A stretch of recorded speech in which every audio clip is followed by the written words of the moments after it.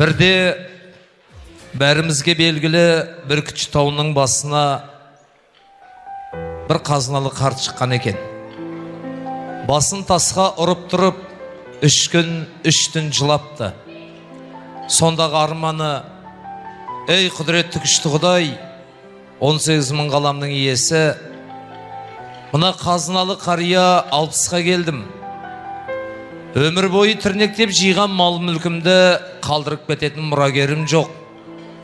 Маған ұл бер деп Алладан ұл тілеген екен. Сонда Алладан аян түскен екен: ей пендем, сен менен заманында не сұрадың? Атақ сұрадың, байлық, дүние, мансап сұрадың. Сұраған нәрсеңнің бәрін бердім. Сенің басыңа ұрпақсыз өту жазылған деген екен. Үмітші шайтан ғой қазыналы қария басын тас қырып тұрып: ей мейірімі күшті Алла, сені аса мейірімді, аса кешірімді дейді. Менің біліп білмей істеген күнәлерімді кешіріп, ең болмаса маған бір күндік өмір бар бала берші. Бір күн болса да шақалақ нес-нескеп еміренейін. Бір күн болса да бақыттан басым айналсын. Бір күн болса да бәйбішем ананың мейірімін сезінсінші. Бір күндік өмір бар бала бер. Бір күннен кейін өзіңдікі ала бер деп үйіне қайтқан екен.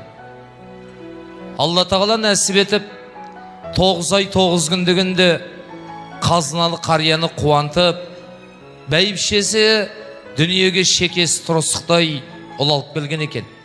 Қуанғаннан қазыналы қария өмір бойы жинаған мал мүлкін дүниесін шашып, өстіп дүймелдің басын қосып, бір күн бойы той береді. Бала аман. 3 күн бойы той береді, бала аман. 40 күн бойы той береді, бала аман.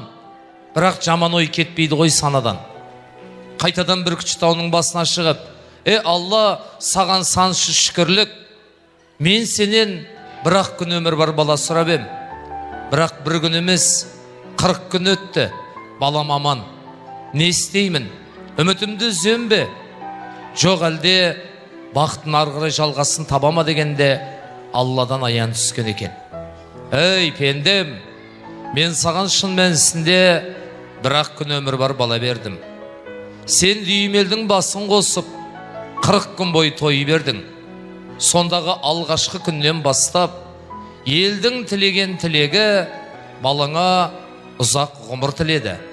Сол тілекті мен қабыл еттім деген екен. Мінекей 40-тың бірі Қыдыр, 100-дің бірі Уәли, 1000-ның бірі әулие деген сөз ел арасында осылай қылған екен.